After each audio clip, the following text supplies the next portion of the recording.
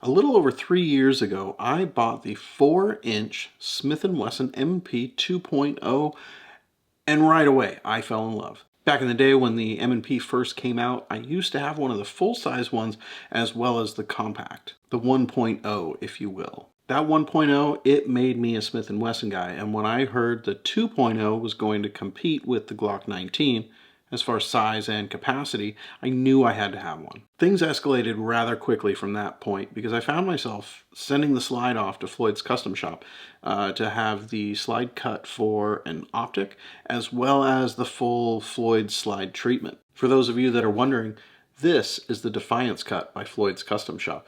And to me, this is still, to this day, my #1 favorite cut that they offer. This M&P has been my daily carry for the last 3 years. It's been used and abused, and I've gone through just over about 5,000 rounds over the course of the last 3 years. And yes, that is still the original Cerakote finish that I put on it when it came home from Floyd's. It feels crazy to even say it. 3 years, 5,000 rounds. It has been daily carried continuously in and out of all manner of holsters over this period of time, and it still looks great. Let's talk about that finish for a second because people do comment all the time on my Floyd's videos asking about what color it is that I used on this M&P. So I've been doing Cerakote work for quite a while now, and if you're going to put Cerakote on a gun that you intend on carrying, if you want that finish to last, and I mean last a long time, you want the E or Elite series of Cerakote. Cerakote makes a couple different series of coatings. H series tends to be the most popular because it has the widest selection of crazy colors. The Elite series, though, it is considerably more durable. This is the strongest thin film coating available on the market.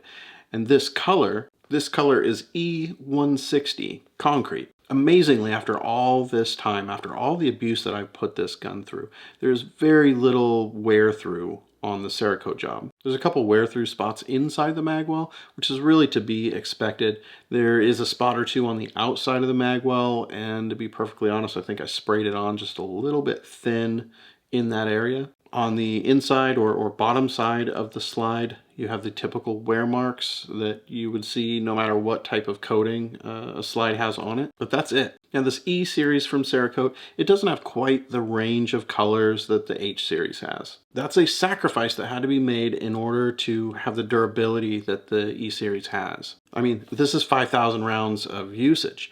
And it wasn't an easy 5,000 rounds either. This ain't no safe queen. When you send a slide off to Floyd's to have it worked on, there is an option in the drop-down menu to have it Cerakoted. Now, of course, because I do Cerakoting at home, I opted to have them send it back raw so that I could just do it myself. If you're going to send your slide off to Floyd's to have it worked on, before you even start that process, go over to the Cerakote website, pull up the E series of coatings, take a good look at what they have for colors, and make a selection. Write down the color number so that you can go ahead and put that in the notes when you make your order through Floyd's.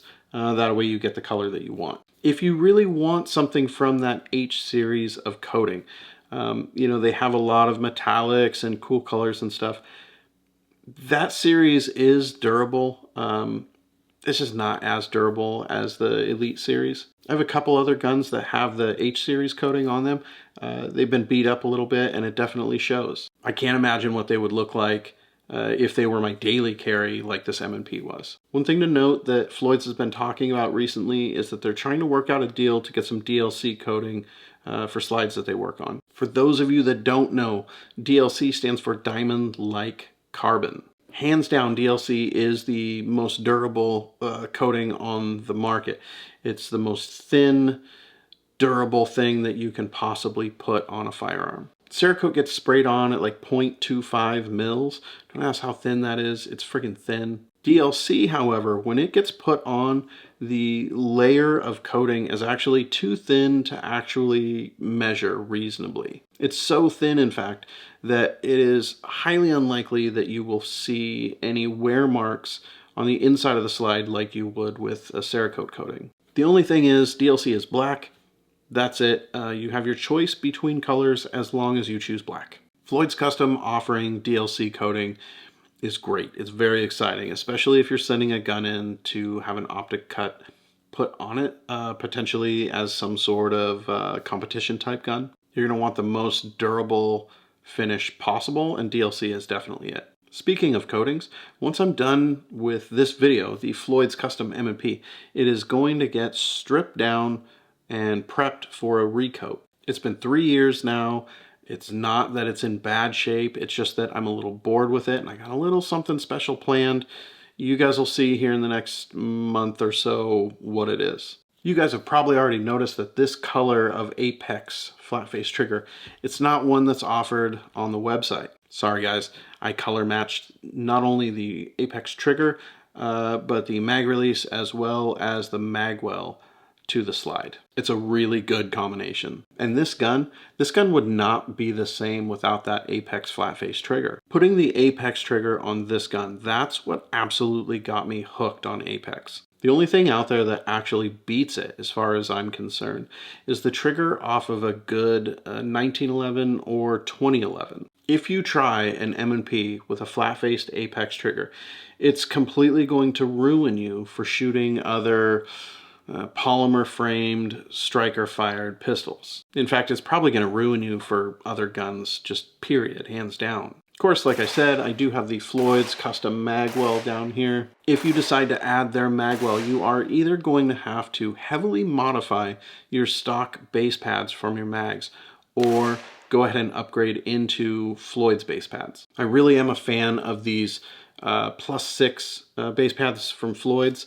Not only do they look good, but they add a little extra weight to the bottom and they work really well. I personally don't think that you need stronger springs for them. That's a question that I get all the time in my videos. If you add one of these +6s and you start finding that your slide isn't locking back after your last round, disassemble the mag, pull the spring out, and just give it a little bit of a pull, reassemble it, and that's going to clear everything up just fine. I do have a handful of replacement springs. They're stronger, they have extra coils.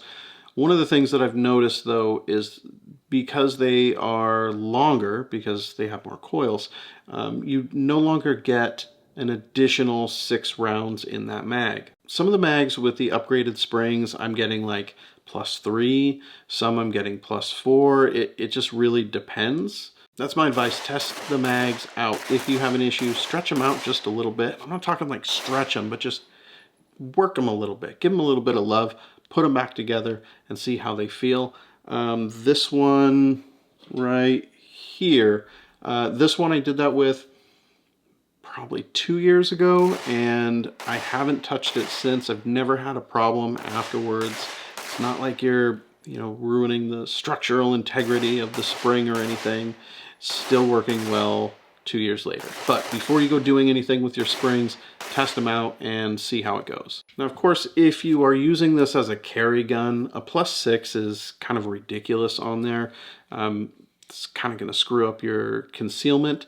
At that point, what you would want to do is add one of these Floyd's low profiles. These guys are nice because they don't really protrude at all. They don't change any of the geometry of the gun. I do have a couple of those, and that's usually the one that I keep in the gun when I do carry it. If I find myself in a situation where I am leaving the house and I'm going somewhere that has a reputation for being a total shit show, then generally what I'll end up doing is I'll grab one of my 17 round mags that has the +6 attached to it. That's my backup. Yes, 23 rounds. Excessive? Yeah, probably. But hey, if you've driven through Seattle recently, you know that it's dirty and a little bit stabby at times. I get more questions about the magwell than anything, and of course most of those questions are centered around concealment. The magwell itself, it doesn't add a significant amount of thickness to the gun that's going to impede any kind of concealment. The majority of the mass that's added is downward. It's in the pinky area. Of course, that is not really an issue. What's an issue when you're concealing is the thickness of the gun. This little pinky ledge here, this adds quite a bit in terms of, stability and control over your grip. The difference that adds to your grip is well worth whatever you may lose in concealment. My advice would be, if you're going to carry a gun that has a magwell on it, just make sure that you carry it in a good holster. Of course, this gun I carry in a McKinney Talon. I have beat the hell out of that holster over the last couple of years, and you know what? It's still comfortable. It still works really well as far as the retention, and you know what? It conceals great. I'll leave a link below down there somewhere for McKinney. You know, I love this M&P, I really do, and recently I did switch to the Hellcat Pro for my EDC gun, but you know what? Right now I'm sitting here and I'm holding this M&P and I just get flashbacks of why it is that I carried this for so long. It's so comfortable in the hand. I mean, I've ran 5,000 rounds of everything I can find through this gun. No issues. I've ran steel-cased garbage Russian ammo through this gun, and it runs just fine. 115 grain, 124 grain, plus P, hollow points, like literally anything that I put in the M&P, it fires it relatively accurately, and I've never really had any hiccups. For as many rounds as I put through this gun, I mean, maybe a small handful, 5 at the most, that probably came from neglect and abuse in terms of not cleaning it frequently enough. This gun has been the absolute definition of reliability, which is great because I'm out there and I'm literally out there shooting every Saturday morning, and sometimes I'll go, you know, several weeks without breaking it down and cleaning it. I'll just throw it back in the safe and then take it back out again and shoot it the next time without even putting a bore snake or anything through it. It's been reliable. Not only is it reliable, but it's a damn tack driver. The suppressor height sights that are on this gun, these I ordered through Floyd's Custom when I had the slide work done.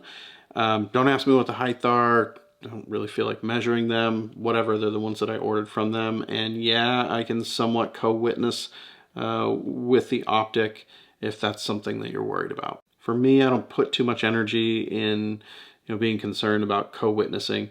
If my sights go down, I'm going to be able to point and shoot my gun just fine.